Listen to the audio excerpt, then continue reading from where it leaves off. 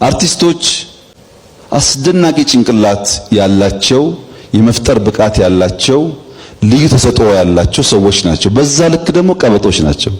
ግለሰቦች መስደብ ምናምን ጥሩ ነው፣ ግን ህዝብን ከህዝብ ማጋጨት በጣም አሳፋሪ ነው። ማንም ሰው ከፖለቲካ ውጭ መሆን አይችልም። ሁለተኛ ፖለቲካዊ ጉዳይ ማንሳት ደግሞ እንደ ኮነን የሚታይ ነገር መሆን የለበትም። ሁላችንም ጉዟችን አንድ እንደመሆኑ መጠን ኢኮኖሚያዊ፣ ፖለቲካዊ፣ ማህበራዊ ጉዳይ እንደዚህ ጋር ይመለከታል። አርቲስቶች አስደናቂ ጭንቅላት ያላቸው የመፍጠር ብቃት ያላቸው ልዩ ተሰጥኦ ያላቸው ሰዎች ናቸው። በዛ ልክ ደግሞ ቀበጦች ናቸው። ይሄን ማወቅ አለባችሁ እናንተ። ባህሪያቸው እንደዛ ነው። ኖርማል ሰው የሚመላለስበት መንገድ አይመላለሱም። ኖርማል ሰው የሚያስብበት መንገድ አያስቡም። እነሱ ለመፍጠር፣ እነሱ ለማሰብ፣ እነሱ ለመስራት አንዳንደኛ ከምንሄድበት መንገድ ወጣ ያለ ኢንቫይሮንመንት ይፈልጋሉ። ያንን ማሟላት ለኢትዮጵያ ቀላል አይደለም። ይሄ ስርዓት ነው ያልተመቸን የሚል የትኛውም ኃይል የውጊያ መድረኩ እዚህ ስለሆነ እዚህ መጥቶ የሚያሰልፈው ኃይል ፊት ለፊት ሆኖ ራሱ ዋጋ እየከፈለ ትግሉን ማካሄድ ይችላል። ቀላሉ ነገር አገር ማፍረስ ነው። አገር እናፈርሳለን። ቀላል ነው እሱ። ከባዱ ማልማት ነው፣ ድካም ስላለ የሚያዋጣው ከሆነ። በርቀት ግን አያምርም። ፋሽኑ አልፏል። መቼም አታሸንፉም፣ አይጠቅምም። ለዚህ ነው ከዚህ ቀደምም በስደት ከሀገር በመውጣት የሚደረግ ትግል ለድል አያበቃም፣ እዚህ ሆነን ከውስጥ መታገል አለብን የሚል አቋም የተያዘው ማሸነፍ በዚያ መንገድ ስለማይመጣም። ኢትዮጵያ ሲሪያ ከሆነች፣ ኢትዮጵያ ሊቢያ ከሆነች ኪሳራው ለሁሉ ነው። መቀመጫውን እያፈረሰ ለሀገሬ ይታገላለሁ የሚል ኃይል ሞኝነት ነው። ኢትዮጵያን ለማፍረስ የሚደረግ ሙከራ ጥንቃቄ ቢደረግበት ማሰብ ብንችል ጠቃሚ ይሆናል። አሸናፊም ስለማያደርገን በጣም በርካታ ሰዎች አስረናል። ከንቲባ፣ አስተዳዳሪ፣ በጣም ብዙ የታሰረ ያለው ይቀጥላል። አሁን የሚሳደቡ አለ እኮ ልክ አብሮ የቆሎ ጓደኛ ይመስል ሲሳደብ የሚውል እኮ አለ። እኔ ተናግሬ አላውቅም። እንዳሉት ነው፣ መፈቀድ አለበት እሱ። ምንም እንኳን ኢትዮጵያዊ ጨዋነት ያለበት ውይይት አስፈላጊ ቢሆንም በዚያ ብለን ያሰርነውም ማሰር ያለብንም ሰው የለም። ማን ነው ሀገር እያተራመሰ ያለው ታዲያ? ሰይጣን ነው ከሰማይ ላይ ዱብ እያለ የወረደ ህዝቡ እያጋደለ ያለው? መቼስ ሐሳብ አይደለም፣ ሰው ታርዶ እያየን ነው። ሐሳብ አይደለም፣ ሀብት ወድሞ እያየን ነው። ይሄን የሚያደርገው ብልጽግና ውስጥ የተሰገሰገ ሌባና እናንተ ውስጥ የተሰገሰገ ሌባ ነው። እና እኛ ላይ ብቻ ነው ወይ እስሩ? እኛም ማዘዝ ስለምትችሉ ነው ወይ የሚል አከራካሪ ኢሾች ተነስተው ነበር በእኛ ውስጥ። አብዛኛው የታሰረው የብልጽግና አመራር ነው፣ ቀጥሎ ፖሊስ ነው፣ ይቀጥላል። አሁን እኛም አይነካብን የእኛን ታርጋ የለጠፈ ሰው ሁሉ እናንተም አይነካብን ካላችሁ ቤት በኩል ታዲያ ኢትዮጵያ ውስጥ የምትሉትን የምትመኙትን ሰላም እናመጣለን። ወንጀለኛ አይኑር የሚል መግባባት መፍጠር ነው የሚሻለው። ያችሁ ጀማሪ አይደለም፣ ፍሬሽ እኮ ነኝ፣ አልገባኝም። ዝም ብሎ መታሰር መገረፍ ምናምን የለመን ሰዎች መንግስት ያንን ስተው የደከመን ከመሰለን ስተናል።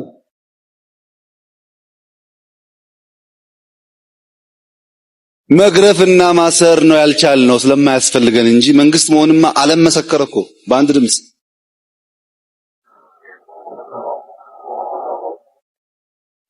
ይሄ መስራት አይጠቅመንም፣ ለሁሉም አይጠቅምም። መስተካከል ይኖርበታል። ሰላም ያስፈልጋል። ለሰላም ከልብ መስራት እንፈልጋለን። ከዚሁ ጋር ተያይዞ የወልቃይት ራያ፣ ሲዳማ አካባቢ፣ ደቡብ ብዙ ቦታ፣ ሶማሌ ክልል የወረዳ የዞን የክልል የምናምን ጥያቄዎች ይነሳሉ። ላለፉት ዓመታት ሲነሱ ቆይተዋል። ምላሽ አላገኙም። መንግስት ምን እያለ ነው የምትሉ ሰዎች ነበራችሁ። ጥያቄው የትም ይነሳል። ይሄ ችግር በውል ስላልገባኝ እኔ 40 ሰው በላይ ምሁራን ያሉበት ኮሚሽን አቋቁሜያለሁ። ኢትዮጵያ የምትሉ ቅድም ያነሳችሁ በሙሉ ብሔርተኞች ናቸው። በምን ሂሳብ መሰላችሁ? ብሔርተኛ አይደለሁም ሲል የራሱን ሰፈር እያወደሰ ያንተን ሰፈር እያቋሸሸ ነው እንጂ የትኛው ነው ኢትዮጵያዊ በኢትዮጵያዊነት በዜግነት የሚያምን ሰው? ለምንድን ነው ኦሮሞ ውስጥ እንደዛና እንደዚህ የሚባለው? ሄጄ ላጥና ያላለ እንዴ? አዲስ አበባዊ ነኝ ወይም ኢትዮጵያዊ ነኝ የሚል ሰው የሌላን ቁስል ለማየት የሚሻለው እሱ ኢትዮጵያዊ ነው፣ ሌላው ገንጣይ ነው። እሱ ኢትዮጵያዊ ነው፣ ለጥፋት ነው። ይሄ ዋልታ ረገጥ አስተሳሰብ ያው ወደ ነበርነው መወራወር ያስገባናል እንጂ አያሻግረንም። አረንጓዴ ቢጫ ቀይ የሚያክል ትልቁ ነገር ተቀምጦ ኮከብ ይኑረው አይኑረው እንጣላለን። የናዝሬት ስም አዳማ ነበር ተቀይሮብኝ ነውና ወደ ነባር ስሙ ይመለስ አዳማ ለበለው ካለ ሌላ አካባቢ ሰው ኦሮሚያን ማናደድ ስለሚመስለው የለም ናዝሬት ነው ይላል። በስም እኮ የምንጣላው አዳማ ተብሎ ናዝሬት ተብሎ ዳቦ ሻይ ለማይሆን ነገር በስም እንጣላለን። እነዚህን ጉዳዮች አንደኛውን ብናስደስት አንደኛው ስለሚያዝን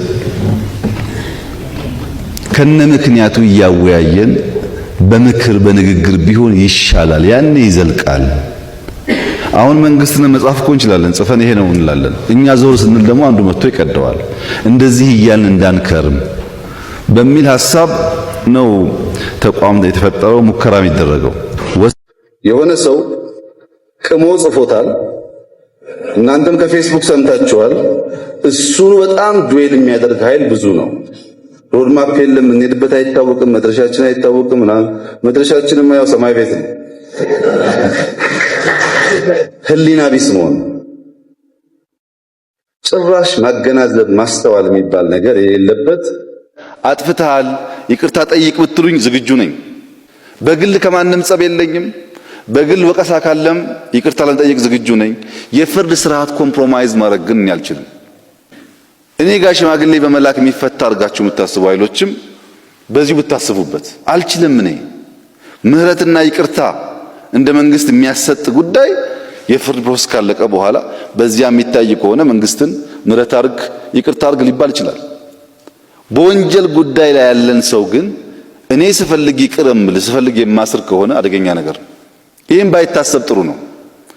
ትችት ማቅረባችሁ የሚቆለቁር ነገር አይደለም። የመሰላችሁን በሰላማዊ መንገድ ማቅረብ መብታችሁ ነው። ሐሳብ እስከሆነ ድረስ የግለሰቦች ኦፒኒየን ሳይሆን በማስረጃ በሁኔታ የተተነተነ ሐሳብ እስከሆነ ድረስ ምንም ችግር የለም። በዛም ደግሞ ሰው መጠየቅ አንፈልግም። ጥፋት ካለም አብረን እያረምን ብንሄድ ነው የሚሻለው። እናንተ መኖር እኮ አትችሉም መስሏችሁ ነው እንጂ ከብልጽግና ሊስት ከሆነው ሰው እኩል ከእናንተም ሰው ሊስት ሆኗል የሚገደል። ይሄ ሰላም ለሁላችን ነው፣ ለአንድ ወገን አይደለም። እና ሰላሙን በጋራ ማስጠበቅን ብናስብ ነው የሚሻለው። ከአብይ ደም መጠህ ትደፋለህ እንጂ ደም ስሩን ስለማትቆርጠው ከእቃ ውስጥ ያለውን ነገር በመድፋት እቃውን ሳትቀይር ማንነት አትቀይር። ለኦሮሞ ሕዝብ ብዬ በታገልኩባቸው 30 ዓመታት ውስጥ የኦሮሞነት ጥያቄ ሳይነሳ ቆይቶ አሁን ጠቅላይ ሚኒስትር ሲሆን ኦሮሞ አይደለም ማለት ምንድነው? እኔ ካልሆንኩ ሌላ ሰው ኦሮሞ አይደለም የሚል ነው። ኔክስት ይመጣው እንደዛው ነው ማለት ነው። የኔ ኦሮሞነት ሰው የሚሰጠኝ የሚከለክለኝ አይደለም። በነገራችን ላይ ለኦሮሞ ሕዝብ የማይጠቅም አብይ ለአማራም አይጠቅምም፣ ለወላይታም አይጠቅምም፣ ለጉራጌም አይጠቅምም፣ ለማንም አይጠቅምም። ውሸት ነው። የሚገደለውን ሰው ጠብቀን ህይወቱን ማዳን ካልቻል በአጫሉም እያለቀስን በሌላውም እያለቀስን መቀጠል የለብንም። አጫሉ ከተገደለ በኋላ እኮ ሊስቶች አሉ፣ ይቀጥላሉ የሚባሉ ሊስቶች ነበሩ። ከዚህም ከዚያ የሚገደል ሰው ብዙ ነው። ያ የሚገደለውን ሰው ጠብቀን ህይወቱን ማዳን ካልቻል በአጫሉም እያለቀስን በሌላውም እያለቀስን መቀጠል የለብንም። በእንደዚህ አይነት ጊዜ ሚስቴክ ሊፈጠር ይችላል። በፍጥነት እየፈታን መሄድ እንሞክራለን። በግል ከማንም ጸብ የለኝም። በግል ወቀሳ ካለም ይቅርታ ለመጠየቅ ዝግጁ ነኝ። የፍርድ ስርዓት ኮምፕሮማይዝ ማድረግ ግን አልችልም። ይሄ እንደተጠበቀ ሆኖ መጫን አያስፈልግም። ፋሽኑ አልፏል። ይሄ እንደዚህ አይነት አመጽ ማስነሳያ መንገድ ፋሽኑ አልፏል። አዳዲስ እንኳን ታክቲክ መፍጠር ያስፈልጋል። የነበረውን ታክቲክ መድገም ብዙ አስፈላጊ ስላልሆነ እሱ አይሰራም። ለታረደ ሰው ሳንጨነቅ፣ ለተቃጠለው ሀብት ሳንጨነቅ፣ የኢትዮጵያ ሕልውና አደጋ ውስጥ መግባቱ ሳያስጨንቀን ከበደ ተሰማ ታሰረ የሚል ጉዳይ የሚያስጨንቀን ከሆነ ግን የፕራዮሪቲ ችግር አለብን ማለት ነው። አጫሉ ሞቷል አልሞተም የሚል ክርክሮች አሉ። አጫሉ እንዴት ሞቷል ይባላል? በ36 ዓመቱ 66 ዓመታቸው ሆኖ 76 ዓመታቸው ሆኖ ያልሰሩትን ታሪክ የሰራ ጀግና እና ሕያው የሆነ ስራ የሰራ ሰው አርፏል እንጂ ሞቷል አይባልም። አንድ ዜጋ ለህዝቡ ማድረግ የሚገባውን የጀግንነት ስራ የፈጸመ ሰው ነው የሚል ሐሳብ ያላቸው ሰዎች አሉ። እኔም እስማማለሁ። ሃጫሉ ሲበዛ ጀግናና ቆራጥ ወጣት ነበር። በለውጡ ጊዜ በነበረው ጠንካራ የጀግንነት ስራዎች አንዳንድ ጊዜ ከሀገር እንዲወጣ ምክር ስንሰጠው እዚሁ ከናንተ ጋር እሰዋለሁ እንጂ አልሄድም የሚል ለጠላት ሸብረክ የማይል የሚፈልገውን ነገር ለመናገር የማይፈራ ጀግና ታጋይ ነበር። አንድ የሆነ እብድ ኢትዮጵያን ለማፍረስ አጀንዳ ሲቀርጽ አብሮ አይጮህም። አብሮ ከጮኸ ያን አጀንዳ ከፍ እያደረገው። ስለዚህ እብዶች ሲጮሁ ጤነኛ ሰዎች ምን እየተባለ ነው ካልሰሩ በስተቀር አብሮ ከጮሁ ተያይዘው አማኑኤል መግባት ብቻ ነው መፍትሄው። ሌላ መፍትሄ የለውም። ከዚህ ጋር የሚያያዝ የዋልታ ረገጥነት ሂሳብ ስራ ይፈልጋል። አራተኛው ጊዜ ታካኪነት ነው። የሆኑ ፖለቲከኞች ትናንትና ውስጥ ነው ያሉት። እዛ ሆነው ነው ኢትዮጵያን የሚያስቧት። የሆኑ ሰዎች ነገ ውስጥ ነው ያሉት። እዛ ሆነው ነው ዛሬን የሚያስቡት። የሆኑ ሰዎች ደግሞ ዛሬ ላይ ሆነው ነው። ጊዜ ላይ ታከን ትናንትና ዛሬን ከነገ ሳናስተሳስር ኔሽን ቢውልድ ማድረግ አንችልም። የትናንትናውን በዜሮ አይባዛም። መማር የሚገባንን ነገር መማር አለብን። ከዚያ በትናንትና ውስጥ እየቆዘምንም ዛሬና ነገም ማበላሸት የለብንም። ይሄ በብዙ ፖለቲከኞች የሚታይ በሽታ ነው። እርግጠኛ ሆኜ የምነግራችሁ የሚሞት ይሞታል እንጂ የጀመርነው አይቆምም። ላይቆም ነገር ማለፍ የማይገባቸውን ሰዎች መስዋዕት እንዲከፍሉ ባናደርግ ጥሩ ነው የሚሆነው። አሁንም ደግሞ በርቀት እንትና ተነስ እንትና ተቀመጥ የሚሉ ሰዎች አሉ። ለነሱ ያለኝ ምክር በርቀት ተነስና ተቀመጥ ድል አመጣ አያውቅም፣ ወደፊትም ድል አያመጣም። ኑና ግንባር ቀደም ሆናችሁ እየሞታችሁ ታገሉ እንጂ እናንተ እዛ ማዶ ተቀምጣችሁ ተነስና ዝጋ ተነስና ግደል ብላችሁ በማግስቱ ደግሞ 8 ሰው ሞተ የሚል ሪፖርት ለማቅረብ ድል አታመጡ። ይሄ ስርዓት ነው ያልተመቸን የሚል የትኛውም ኃይል የውጊያ መድረኩ እዚህ ስለሆነ እዚህ መጥቶ የሚያሰልፈው ኃይል ፊት ለፊት ሆኖ ራሱ ዋጋ እየከፈለ ትግሉን ማካሄድ ይችላል የሚያዋጣው ከሆነ። በርቀት ግን አያምርም። ፋሽኑ አልፏል። መቼም አታሸንፉም፣ አይጠቅም። ለዚህ ነው ከዚህ ቀደምም በስደት ከሀገር በመውጣት የሚደረግ ትግል ለድል አያበቃም፣ እዚህ ሆነን ከውስጥ መታገል አለብን የሚል አቋም የተያዘው ማሸነፍ በዚያ መንገድ ስለማይመጣ ነው። ቀላሉ ነገር አገር ማፍረስ ነው። አገር እናፈርሳለን። ቀላል ነው እሱ። ከባዱ ማልማት ነው፣ ድካም ስላለ ለመታገስ ያስፈልጋል።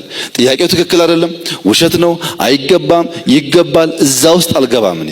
ይጠና፣ ህዝብ ይምከር፣ ይታይ። በእውቀት ላይ ቆመን መልስ እንስጥ።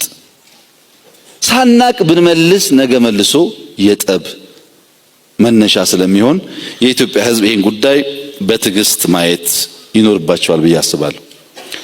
ትግራይ ምድረ በዳ የሆነችው በውጊያ ነው። ይሄ ሁሉ ዋጋ የከፈለ ህዝብ፣ ስንት ሺህ ልጅ የገበረ ህዝብ የሆነ ሰው አጠፋ ብላችሁ ዙሪያውን በሙሉ ልትወጉን ልታጠፉ እንዴት ትሰራላችሁ? አሁን እንደዛ የምናስበው እንደዛ ይፈለጋል። እንደዚህ አይነት ስራ ሲሰራ ቅናት ሊኖር ይችላል። ሊፋለመው ይሞክራል። መቼ? ንስር መጥቶ መሬት በሚያርፍበት ሰዓት ቁራ ከላይ ያርፍበትና ንስሩን አንገቱ ላይ የመደብደብ ለመናከስ የመሞከር የመተናኮል ስራ ይሰራል። ንስር በባህሪው አርቆ የሚያይ የብዙ ጀግንነት የብዙ ብቃት መለኪያ ነው። ቁራ በአንጻሩ የቆሸሸ ቦታ የሚውል በመጮህ በማልቀስ አካባቢ ይበክል ባለበት አካባቢ ላይ ከሚበላውም ከሚረጨውም የተነሳ ብዙ የሚቆሹ ነገሮች የሚታዩበት የአዋፍ ዝርያ ነው። ይሄ የአዋፍ ዝርያ ከሌሎች በተለየ መንገድ ንስርን ሊፋለመው ይሞክራል። መቼ? ንስር መጥቶ መሬት በሚያርፍበት ሰዓት ቁራ ከላይ ያርፍበትና ንስሩን አንገቱ ላይ የመደብደብ ለመናከስ የመሞከር የመተናኮል ስራ ይሰራል። ንስሩ ግን ቁራው ከላይ ተቀምጦ እየደበደበኝ ስለሆነ ምላሽ ልስጥ አይልም። ምን እያደረክ ነው አይለውም። ሙከራ ምንድነው አይለውም። ከቁራው ሰፈር በከፍተኛ ፍጥነት ወደ ራሱ ሰፈር ይበራል። ከፍታን ለንስር ዝቅታን ለቁራ አርጎ ፈጥፎ ተሰጠ። ወደ ላይ የወጡ በሄዱ ቁጥር ቁራው እንኳን ከላይ ሆኖ መደብደብ እንኳን ከላይ መቀመጥ ከፍታውን መቋቋም ስለማይችል መፈጥፈጥ ይጀምራል። ንስሩ ግን ነገር አይሰራም። ብድግ ብሎ ወደ ከፍታው ነው የሚሄደው። እኛ እንደሱ ነን። ወደ ከፍታችን እንበራለን፣ ህልማችንን እናሳካለን፣ ጩኸቱን ለቅሶ ለቁራዎች እንተዋለን። በዚህ አግባብ የኢትዮጵያን ብልጽግና እናረጋግጣለን። የራሱ ኪስ የደለበ እንደሆነ ሰው ሞተ አልሞተ እሱ ከተወደሰና ከሰማይ ከነካ ብዙዎች ረገፉ አልረገፉ ደንታ የሌለው አዋቂ የተሰባሰበ ህሊና የሌለው ስብስብ የበዛበት ነው። አንዱ ስብራት ማመዛዘን የሚባል አማራ ሆኖ የኦሮሞ ቁስል የማያይ ኦሮሞ ሆኖ የትግራይን ቁስል የማያይ የራሱን ብቻ የሚያራክብ እንደ ሰው ማሰብ የሚሳብ ይህ ህሊና ቢስነት ሕክምና ይፈልጋል። በጣም የምትገርም ሴት ናት ሶስና። በሰርከስ ላይ በጣም ብዙ ስራ ትሰራለች። ስራዎቿን ያለው የምትገነባውን ነገር እየሄድኩ ያለው አጋጣሚ ሆኖ በአካል አልተገናኘንም። እኔም ደስ ብሎኛል። በስራሽ በጣም ከሚደሰቱ ሰዎች አንዱ ነኝ። ግን ፈጥነሽ ጨርሽ፣ አንቺም አልጨረስሽም ስራው ማለት ነው። ይሄ እኮ ንቀት ነው። አዲስ አበባን ባለፉት 10 ዓመታት ያላየ ሰው እኮ ነው ስለ አድዋ የሚነግራችሁ። እዚህ ተቀምጣችሁ የምትሰሙት ሰውዬ እኮ ምንም አድዋን ቀርቶ አዲስ አበባን አያውቃትም። መጥቶ ማያቅ ምን እንደተሰራ ማያቅ ሰው ሌላ ቦታ ሆኖ ስለ አድዋና አዲስ አበባ ለናንተ መልሶ መንገር ይፈልጋል። ታውቀዋለህ ወይ አይተኸዋል ወይ የት ነበርክ ብሎ የሚጠይቅ ሰው ባለመኖሩ ስለ ጉዳዩ ጥልቅ እውቀት የሌላቸው ሰዎች፣ ግንዛቤ የሌላቸው ሰዎች ናቸው እየነገሩን የሚሉት። እና እነዚህ ሚዲያዎች አጥንት ለሚጥሉላቸው ሰዎች ነው የሚጮሁት፣ ለእናንተ አይደለም። ካልጮሁ አድዋም ይሁን ማንኛውም ስራ ካላራከሱ የዕለት ጉርስ የላቸው። ለዕለት ጉርሳቸው ነው የሚጮሁት። እኛ ምናልባት ተባባሪ ሆነን ሊሆን ይችላል። ከዚሁ ጋር ተያይዞ ታሪክ ፈረሰ የሚል ነገር አንስታችኋል። የማን ታሪክ ነው የፈረሰው? ማንስ ነው የማንን ታሪክ የሚያፈርሰው? መጀመሪያ የኢትዮጵያ ታሪክ የሁላችን ነው የሁላችን አይደለም? የሁላችን ከሆነ ኢትዮጵያዊነት ያፈርሰዋል ነው ወይስ አንዳንዶቻችን ባለ ታሪክ አንዳንዶቻችን ደግሞ ታሪኩ የማይመለከተንን ማለት ነው? የኢትዮጵያ ሕዝብ አንድ ሆኖ ሃይ ማለት አለበት። አይጠቅመንም ከዚህ ተመለስ ቁም ማለት አለበት። በየጎዳና ወጥቶ የሚያቀራራውም አደም መግዛት አለበት። ሰካራሙ ይሄ ለከት የሌለውን አደብ እንዲገዛ ካደረግን ሰላም ነው። መላው ኢትዮጵያዊ ሕዝብ ሰላማዊ ነው። እንደምናስብ አይደለም። ሰላማዊ ነው። ሰላምን ይፈልጋል። አንድነቱን ይፈልጋል። ያበዱ ከ100 ሚሊዮን 1 ሚሊዮን እብዶች ግን አሉ። አማኑኤል መግባት ያለባቸው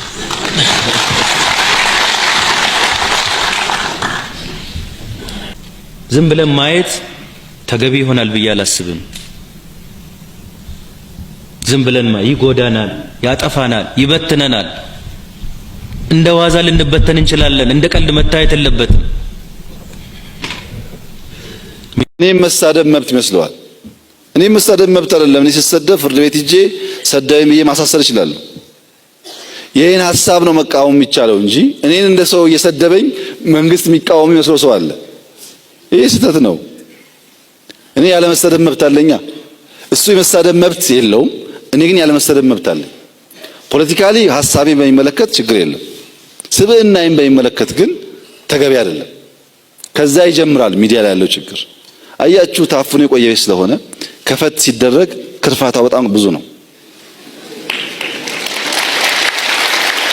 ግን ትንሽ ታግሰን ደግሞ ካልሄድን ተሰደብን ብለን ከጮህን እንዲያደረጋችሁ ከጮህን ደግሞ መልሰን ሚዲያውን ስለምንዘጋው እንደዛ እንዳያጋጥም ነው። በድምሩ ግን በጥናት ቢታይ ጥሩ ነው። ቃና በሚመለከት አጠቃላይ ሚዲያ በሚመለከት ያው ህግ የሄት ስፒች እና ከካልቸር ጋር የሚቃረኑ ነገሮች ህግ የተዘጋጀ ነው። የብሮድካስት ባለስልጣን ይሄን ጉዳይ አጥንቶ ምላሽ መስጠት ይኖርበታል። ቃና ብቻ ግን አይደለም። ሚዲያዎቻችን በጥቅሉ በህግ የሚመሩ አይደሉም። አማራ ኦሮሞን ጠላቴ ብሎ ካሰበ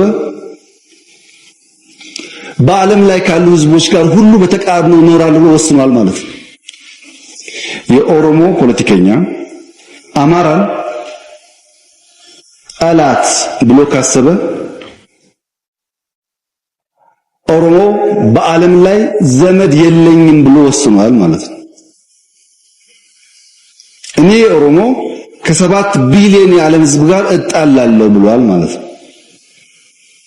ሰው ከጎረቤቱ ጋር ከአብሮ አደጉ ጋር ከተዋለደው ጋር ጠላት ሆኖ ከሩቅ ወዳጅ መሆን አይችልም። ከአማራ ጠላት የሆነ ኦሮሞ ከሳውዲ ወዳጅ መሆን አይችልም። ከየመን ወዳጅ መሆን አይችልም። ለአማራም እንደዚሁ መታለል የማይገባን ነገር አንድ ቤተሰብ መሆናችን መዋለዳችን ብቻ ሳይሆን እንደው እድገትን ሰላምን ብናስብ መጀመሪያ ሰላም መሆን ያለበት ጎረቤት ነው። ለዚህ ነው ኢትዮጵያውያን ሩቅ ካለው ወንድሜ በቅርብ ያለው ጎረቤቴ ይደርስልኛል የሚሉት። ይህን እውነት መቀበል ያስፈልጋል። ሁሉን ለማስደሰት አይቻልም። ጠቃሚውና የሚያስፈልገው መንገድ የትኛው ነው ብሎ ባመኑበት ነገር ላይ ማተኮር ነው የኔ አካሄድ። በዚህም መሰረት የተለያዩ አቀባበሎች ይኖራሉ። እንዳየው ግን ሁሉም ሰው ኢትዮጵያዊነት ውስጡ ያለ የነበረ ኢትዮጵያዊነት ሊጠፋ የሚችልም አይደለም። እንደ ሃይማኖት የጠለቀ ነው። ኢትዮጵያዊነት ረቂቅ ሚስጥር አለው። ኢትዮጵያዊነት በጣም ረጅም መሰረት ያለው ነው። ይህን ካለመረዳት በነበሩ አብረን ባደረግናቸው ብዙ መልካም ነገሮች ላይ መስማማት ስንችል አብረን ባጎደልናቸው ነገሮች ላይ ዝም ብለን በጊዜ ማጥፋት ጠቃሚ አይደለም። በልጽገን እንኳን ለመግባባት የማንችልባቸውን ነጥቦች ላይ በማተኮር ነው የብዙ ወጣቶች ጉዞ እንዲደናቀፍ ይሆን። ይህ ደግሞ የታላላቆቻችን ግፊያ ነበር። የቀደሙት አባቶቻችን ግን ከዚህ የላቀ ቅርጽ የነበራቸው ናቸው። ለዚህ ነው እነሱ ላይ ያተኮረ ስራ የምንሰራው። መጀመሪያ እኛን ካፈረስክ በኋላ እንጂ እኛ ተቀምጠን ኢትዮጵያን ማፍረስ ለማንም የማይፈቀድ መሆኑን በደንብ መገንዘብ ጥሩ ነው። አይፈቀድም። እኛ እየመራን እኛ በህይወት እያለን የኢትዮጵያ መፍረስ አንፈቅድም። ለማንም ቢሆን ማንም ሰው ከኢትዮጵያ በታች ነው። ይሄን አክብሮ መሄድ አስፈላጊ ይሆናል። ይሄ ካልሆነና ጦርነት ነው መፍትሄው፣ ሰላም አያስፈልግም፣ ዲሞክራሲ አያስፈልግም የሚል ከሆነ ደግሞ ህግ የማስከበር ስራ የሚሰራ ይሆናልና እንደዚህ አሁን ያለው የሰከረ ፖለቲካ፣ በቅናት ላይ የተመሰረተ ፖለቲካ፣ ኦሮሞን የሚከፋፈል ፖለቲካ፣ ኢትዮጵያ የሚከፋፈል ፖለቲካ አይጠቅምም። ኦሮሞ አንድ ነው። ከሌሎች የኢትዮጵያ ወንድሞቹ ጋር በአንድነት ኢትዮጵያን ይገነባል።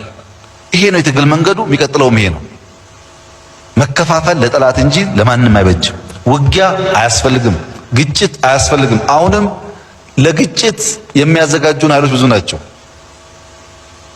እኛ ምን ላይ ማተኮር እንዳለብንና ብልጽግና እንዴት እንደምናመጣ ክሊር እይታ ስላለን በረባ ባረባው ግጭት ውስጥ እየገባን የኢትዮጵያን ሕልውና ማናጋት አንፈልግም። እኔ እንቅልፍ የለኝም። እናንተ ግን ስትጠይቁ አልሰማም። ተሰለፍን ብቻ ነው የምትሉት። ተሰለፋችሁ እንጂ መኪና ኢትዮጵያ ውስጥ አልቆመም። ዓለም ላይ ነዳጅ ችግር አጋጥሟል። ሉፍታንዛ በረራ ቀንሷል። አንዳንድ አውሮፓ ሀገራት 15 ቀን 20 ቀን ከቀጠለ ሙሉ በሙሉ ፍላይት እናቆማለን ብለዋል። የእናንተ አየር መንገድ እንዴት ነው መብረር የቻለው? ይሄን ጠይቅ። ኢትዮጵያ አልሰማም። እኔ እንቅልፍ የለኝም። እናንተ ግን ስትጠይቁ አልሰማም። ተሰለፍን ብቻ ነው የምትሉት። ተሰለፋችሁ እንጂ መኪና ኢትዮጵያ ውስጥ አልቆመም። ዛሬ እንቅስቃሴ አለ። እንዴት ሆነ ይሄ ነገር? 100% ተጨማሪ የነዳጅ ኮስት የኢትዮጵያ መንግስት ሰብሲዳይዝ ያደርጋል። ላለፉት 1-2 ወር 27 ሚሊዮን ተረጂ የነበረበት ሀገር 3 ሚሊዮን ገባ ሲባል እንደው እንደ ተራ ዜና ነው እንደሚሰማው። እንደዛ ነው። ለነገሩ ዜሮም ገባ ብንል እንዴት ዜሮ ይገባል እንደምንባል እናውቀዋለን። እውነቴን ነው የምነግራችሁ። ኮሌክቲቭ የሆነ እይታ፣ የተገለጠ እይታ የማየት ብቃት ብዙዎቻችን ጋር ወደን ፈቅደን ስንተው ስንዘል ስናልፍ ስለሚታይ እንደዚያም ካላደረገ አማራ ለጥቃት ይጋለጣል። እዚህ ሰፈሩ ስንንጎዳጎድ ችግር ያጋጥመናል እና በውስጣችን ያለውን ጉዳይ ብንፈታ ጥሩ ነው። አማራ ክልል ኢሹ ካለው በእንደዚህ መንገድ ተነጋግረን የምንችለውን መልሰን የማንችለውን ባካችሁ ይቅር በሉን ብለን እናልፋለን። ምን ያገዳድለናል? ትክክል አይደለም እሱ። ህዝብ ከማገት፣ ከመግደል፣ ከመጥለፍ፣ ከመዝረፍ ወጥቶ በሰላማዊ መንገድ ተነጋግሮ ትጥቁን አስቀምጦ ምርጫ ተወዳድሮ በሐሳብ አሸንፎ እነሱ እዚህ መጥተው እኛ እዛ ብንቀመጥ ምንም ችግር የለብንም። እና በአማራ ክልል ተደጋጋሚ ጥሪ ያቀርበናል። አሁንም ክቡር ፕሬዝዳንት፣ ክቡር ምክትል ጠቅላይ ሚኒስትር እባካችሁን በሰላማዊ መንገድ ገብቶ መነጋገር የሚፈልግ ሰው ካለ ይሄ ሁሉ የሃይማኖት አባት ምን ይሰራል? ጎንደር ያለው ሃይማኖት አባት ጎንደር ያለውን፣ ጎጃም ያለው ጎጃም ያለውን፣ ወሎ ያለው ወሎ ያለውን፣ ወለጋ ያለው ወለጋ ያለው ያስገባ፣ እንነጋገርና እንወያይና በእኛ አቅም ይመለስ ነገር ካለ መልሰን፣ የማይመለስ ካለ ደግሞ ለህዝቡ በሚሰማ መንገድ በዚህ ጊዜ ይመለሳል ብለን እንፈተዋለን። ኦርቶዶክስን ላጥፋ ብሎ ሚሳኤል ቢያንጋጋ ሰው ኦርቶዶክስ እንደማትጠፋ ሰው ማወቅ አለበት። አጠፋለሁ ብለን ከምንሄድ ተደጋግፈን አብረን ብንቆም ይበጀናል የሚል እምነት በጽኑ ነው የምናምነው። በዛ ነው የምንሄደው። የኦርቶዶክስ ሰቆቃ የማይታየን አይደለም። እንደው አባ ሰምተው እንደሆን ለመጀመሪያ ጊዜ እኮ በቀደም ሲኖዶስ ሲሰበሰብ አባቶች ናቸው፣ ጥበብ አለ፣ ዕውቀት አለ። እኔ ስልጣኑ ቢኖረኝም በእድሜ ብዙ ያውቃሉ፣ እነሱ ጋር ሄጄ ብሰማ ይሻላል ብዬ ተደርጎ የማያውቀውን ቤተክርስቲያን መጥቼ ከነሱ ጋር ስብሰባ አሳልፌያለሁ። ንቀት ያለው ሰው እንዴት ወይም ጥፋት የሚያስብ ሰው እንደዛ አያረግምና እንደ መንግስት ባይታሰብ ችግር ይኖራል። እያየን እየፈታን ብንሄድ ነው የሚሻለው። የግል ሆስፒታል ገብቶ መውጣት 100 ሺህ 200 ሺህ ዲማንድ የሚያደርግ ነው። በዛ ልክ ነው የሰርቪሱ? እርግጠኛ አይደለሁም። በሙያ መታየት አለበት። ሁለተኛ የማዳን ሬታቸው መጠናት አለበት። ሰው ገብቶ ብር ከፍሎ ማይድን ከሆነ ዋጋ የለውምና ኢንቨስት ማድረጋቸው ጥሩ ነው፣ መደገፍ አለባቸው። ግን ዜጎቻችንን የሚያድኑ መሆን አለባቸው። ቁጥጥር ያስፈልጋል። ሰደን ሱፐርቪዥን ያስፈልጋል። ቁጥጥር ያስፈልጋል። የሙያተኞቹን ብቃት ያስፈልጋል። ኤቲክስ መለካት ያስፈልጋል። እንደዛ ካልሆነ የሕክምና ሴክተር የጥፋት ሴክተር ነው የሚሆነውና ትንሽ እዛ አካባቢ ስራ ቢሰራ ጥሩ ነው። የኢትዮጵያ መንግስት መምራት አልቻለም የሚሉ ሰዎች እኮ አሉ። እንዴት መሰላችሁ? ባለፉት አንድ ወርና ሁለት ወር ስለ ኢትዮጵያ ለውጥ መንግስት ዓለም የተናገረውን ያክል ላለፉት 20 ዓመታት ላይናገር ይችላል። ዝም ብሎ መታሰር፣ መገረፍ ምናምን የለመን ሰዎች መንግስት ያንን ስተው የደከመን ከመሰለን ስተናል።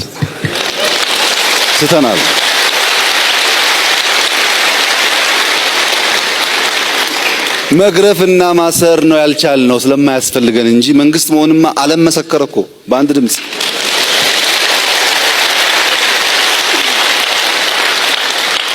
ይሄ መሳት አይጠቅመንም፣ ለሁሉም አይጠቅምም። መስተካከል ይኖርበታል። ሰላም ያስፈልጋል። ለሰላም ከልብ መስራት እንፈልጋለን። ከዚሁ ጋር ተያይዞ የወልቃይት ራያ፣ ሲዳማ አካባቢ፣ ደቡብ ብዙ ቦታ፣ ሶማሌ ክልል የወረዳ የዞን የክልል የምናምን ጥያቄዎች ይነሳሉ። ላለፉት ዓመታት ሲነሱ ቆይተዋል። ምላሽ አላገኙም። መንግስት ምን እያለ ነው የምትሉ ሰዎች ነበራችሁ። ጥያቄው የትም ይነሳል። ይሄ ችግር በውል ስላልገባኝ እኔ አያችሁ ጀማሪ አይደለም፣ ፍሬሽ እኮ ነኝ። አልገባኝም። ስላልገባኝ ከ40 ሰው በላይ ምሁራን ያሉበት ኮሚሽን አቋቁሜያለሁ። አጥኑ ይሄን ነገር። ይህ ስብከት ነው። ሰባኪዎች ናችሁ። ሀገር መምራት በስብከት አይቻልም። ሀገር መምራት እንደኛ ፊት ለፊት የምንለውን እያል ከኋላ ማፋጀት ካልሆነ በስተቀር ስለ ፍቅርና ስለ መደመር እየተናገሩ ሀገር መምራት አይቻልም አሉ። መንግስት ደካማ ነው አሉ። ደካማ መንግስት ነው። በእርግጥ መንግስት ደካማ ነው። መንግስት ማለት የግለሰቦች የግል ብቃት፣ የግለሰቦች የግል ዕውቀት ማለት ሳይሆን የተቋማት ጥንካሬ ማለት ነው። ተቋሙን እንዳልሆነ አድርገህ ከሰራህ በኋላ መንግስት ደካማ ነው የሚል ክስ እምብዛም ውሃ የሚቋጥር አይደለም። ተቋም የሌለው ማንኛውም መንግስት ደካማ ነው። ግለሰቦች ምንም ቢሆኑ ምን ማለት ነው። በዚህ መንገድ የነበረውን ሁኔታ ለመቀየር የነበረው ፍላጎት እምብዛም ተቀባይነት አላገኘም። አውላ አባ ነጋ ነው የለም ያሸነፈው ባልቻ አባ ነፍሶ ነው። ምን አገባ? ኢትዮጵያ አሸንፋለች። ባልቻም ያሸንፍ አሉላም ያሸንፍ፣ ያኔ ያሸነፈው ሰውዬ ሼሩ ራሱ ያውቀዋል። አንተ ግን ደምረህ ባልቻና አሉላ የሚባሉ ወንድማማቾች አድዋ ላይ ሄዱ አሸንፈዋል ካልክ በቂ ነው። ትሰቃያለህ ግን በቃ አሉላን አንደኛ ለማድረግ ወይም ባልቻን አንደኛ ለማድረግ ትሰቃያለህ። ያ ይከብድህና ወደፊት መጓዝ አትችልም። ወደ ኋላ የምናስባቸው ነገሮች ወደፊት ለመጓዝ ድካም እንዳይሆኑብን፣ ሸክም እንዳይሆኑብን ጥንቃቄ የማናረግ ከሆነ ትናንትና ነገን ባላንስ አድርገን መያዝ እንቸገራለን። ቢኮዝ ትናንትና የከበዳቸው ሰዎች ያንን ሸክም ተሸክመው ነገን ማስላት ማሰብ ይቸገራሉ። የብዙ ሰው በሽታ ይሄ ነው። አብይ ኦሮሞ አይደለም የሚል ፖለቲካ ከአብይ ደም ስር ውስጥ ደም መጠህ ትደፋለህ እንጂ ደም ስሩን ስለማትቆርጠው ከእቃ ውስጥ ያለውን ነገር በመድፋት እቃውን ሳትቀይር ማንነት አትቀይር። ለኦሮሞ ሕዝብ ብዬ በታገልኩባቸው 30 ዓመታት ውስጥ የኦሮሞነት ጥያቄ ሳይነሳ ቆይቶ አሁን ጠቅላይ ሚኒስትር ሲሆን ኦሮሞ አይደለም ማለት ምንድነው? እኔ ካልሆንኩ ሌላ ሰው ኦሮሞ አይደለም የሚል ነው። ኔክስት ይመጣውም እንደዛው ነው ማለት ነው። የኔ ኦሮሞነት ሰው የሚሰጠኝ የሚከለክለኝ አይደለም። በነገራችን ላይ ለኦሮሞ ሕዝብ የማይጠቅም አብይ ለአማራም አይጠቅምም፣ ለወላይታም አይጠቅምም፣ ለጉራጌም አይጠቅምም፣ ለማንም አይጠቅምም። ውሸት ነው። ለራሱ የሚጠቅም ራሱን የሚያከብር ከሌሎች ጋር በኩልነት ለመኖር የሚያስብ የኢትዮጵያ ሕዝቦች ወንድማማች ናቸው፣ በጋራ ማደግ አለባቸው የሚል አብይ ነው ሌላው ብሔር የሚፈልገው እንጂ ማንነቱን የካደ አብይ ለኔ ጠቅመኛ ብሎ የሚያስብ ሌላ ብሔር ያለ አይመስለኝም። ካለም ስተት ነው። እኔ የኦሮሞ ሕዝብ ነፃ እንዲሆን እኩል እንዲሆን ወጥቶ ሰርቶ እኩል ሊጠቀም አምኜ የታገልኩ ሰው ነኝ። ሚሞት ይሞታል እንጂ የጀመርነው አይቆምም። ላይቆም ነገር ማለፍ የማይገባቸውን ሰዎች መስዋዕት እንዲከፍሉ ባናደርግ ጥሩ ነው የሚሆነው። አሁንም ደግሞ በርቀት እንትና ተነስ እንትና ተቀመጥ የሚሉ ሰዎች አሉ። ለነሱ ያለኝ ምክር በርቀት ተነስና ተቀመጥ ድል አመጣ አያውቅም፣ ወደፊትም ድል አያመጣም። ኑና ግንባር ቀደም ሆናችሁ እየሞታችሁ ታገሉ እንጂ እናንተ እዛ ማዶ ተቀምጣችሁ ተነስና ዝጋ ተነስና ግደል ብላችሁ በማግስቱ ደግሞ 8 ሰው ሞተ የሚል ሪፖርት ለማቅረብ ድል አታመጡ። ይሄ ስርዓት ነው ያልተመቸን የሚል የትኛውም ኃይል የውጊያ መድረኩ እዚህ ስለሆነ እዚህ መጥቶ የሚያሰልፈው ኃይል ፊት ለፊት ሆኖ ራሱ ዋጋ እየከፈለ ትግሉን ማካሄድ ይችላል የሚያዋጣው ከሆነ። በርቀት ግን አያምርም። ፋሽኑ አልፏል። ዛሬ በሞት እቺን ታክል ድብረት የለኝም። እያንዳንዱ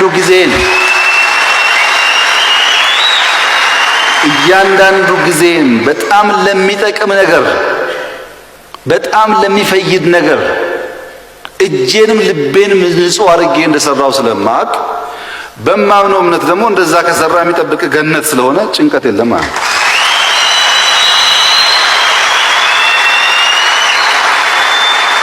ዛሬ ጡረታ ውጣ ብትሉኝ ደግሞ ህልም የለኝም። ህልሜን ኖሬ ያለው ተርከዋለሁ፣ ጽፈዋለሁ። ቅዠት የለብኝም። ሚኒሊክን የመሰለ ጥሩ መሪ ያስፈልጋል።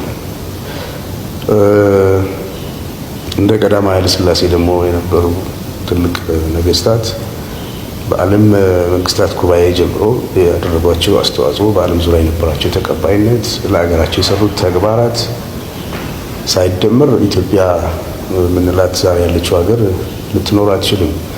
ይህ እንዳለ ሆኖ ምን ጊዜም ነገስታት የሚወክሉት ህዝብን እንደመሆኑ መጠን ከስሮቻቸው ደግሞ ያሉ ብዙ ባለውለታዎችን አብሮ ማየት የሚያስችል ትልቁ መስኮት ብዙ ጊዜ ከፊት ያሉ ሰዎች ናቸው እና በዚህ አንጻር ምልክቶች ካልተበረታቱ፣ ምልክቶች የሚገባቸው ክብር ካልተሰጣቸው የሚቀጥለው ትውልድ ጥሩ ተግባር ለመፈጸም የሚያነቃቃ መሳሪያ ያገኝ። በዚህ ምክንያት ነው። ሁለተኛ ደግሞ አሁን ባለንበት እንግዲህ ያለፉት የተወሰኑ ዓመታት ታሪክ የሚባለው ነገር ኢትዮጵያ ታሪክ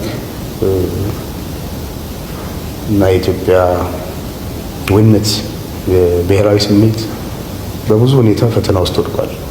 ስለዚህ ይህን አጠናክሮ ያለውን ክፍተት ለመሙላት የትውልድ እንቅስቃሴ ያስፈልጋል። የዚህ ትውልድ አካል እንደመሆነ መጠን ያን ተግባር ለመፈጸም ነው የሞከርኩት። ከጫፍ ጫፍ የኢትዮጵያ ደስተኛ ነው።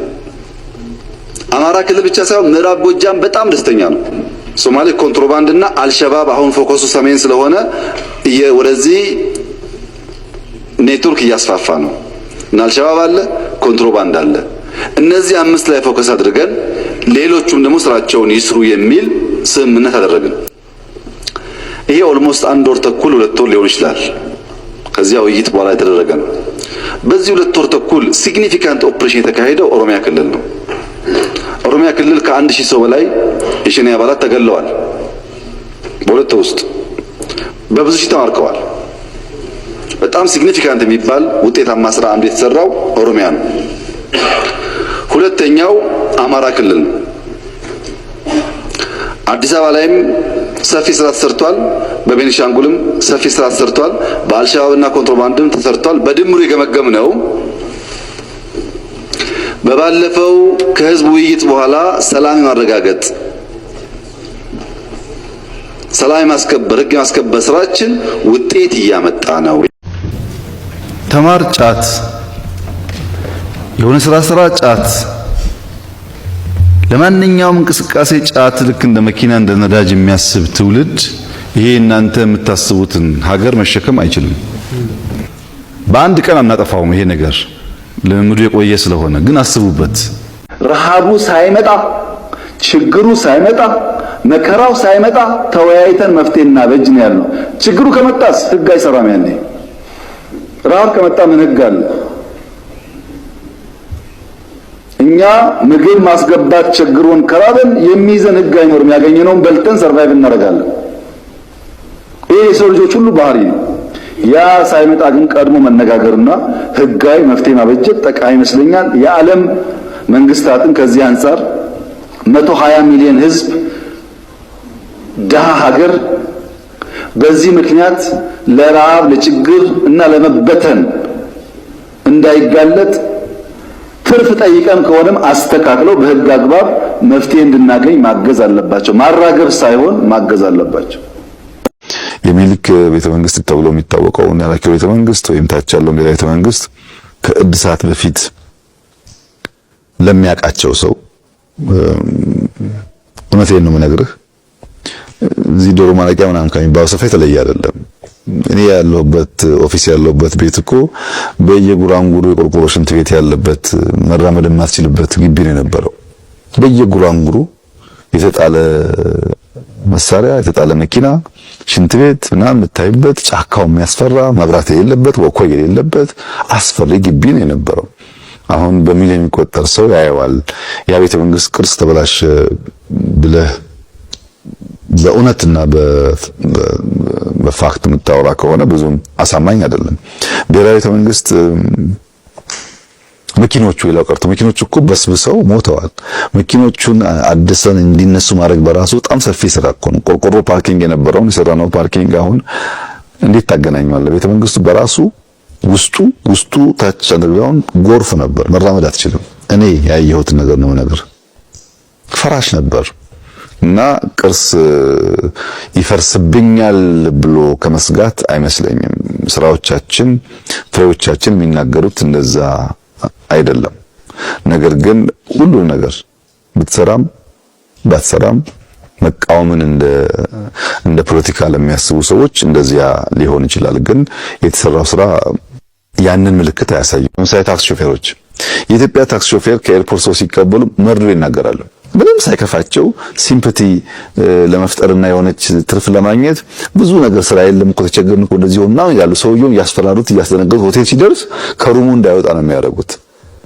ቱሪዝም እንደዚህ አይሰራም። በተቻለ መጠን ስለ ሀገር መልካም ነገር በመናገር መልካም ነገር በማሳየት ሌላ ሀገር እኮ የምትሄድበት ሩት ራሱ መጥፎ ነገር እንዳታይ ሸፍኖ የሚወስዱ እኛ ጋር ግን እንደዛ አይደለም። መንቃት አለብን። ሰው ሲመጣ ያለውን አፍስሶ ደስ ብሎት እንዲሄድ ደግሞ እንዲመጣ የኔም ስራ ነው ብሎ ሹፌሩ ሲያስብ፣ ሆቴል ሲገባ አንድ ቀን አንሶላ ውሃ ላለማስነካት ሰው ባደረበት አንሶላ ሰው ማሳደር የመጣው ሰውዬ ያስከፋዋል። ንጹህ መሆኑን ማረጋገጥ፣ ሳሙናው ኖሩን፣ ፎጣ ንጹህ መሆኑን፣ ቤቱ መጸዳቱን፣ ሽታ የሌለው መሆኑን፣ ያልተከራየሩም ከሆነ ይሁነኝ ብሎ ቡና ቀልቶ ዕጣን ጭሶ ሽታው መቀየር ያስፈልጋል። የሆቴል ሰራተኞች ባለቤቶች ማሰብ አለባቸው። በዛች ቅጽበት በምትፈጠር ስህተት ኢትዮጵያ ላይ ያለ ምስልና አጠቃላይ ስራ ይበላሻል።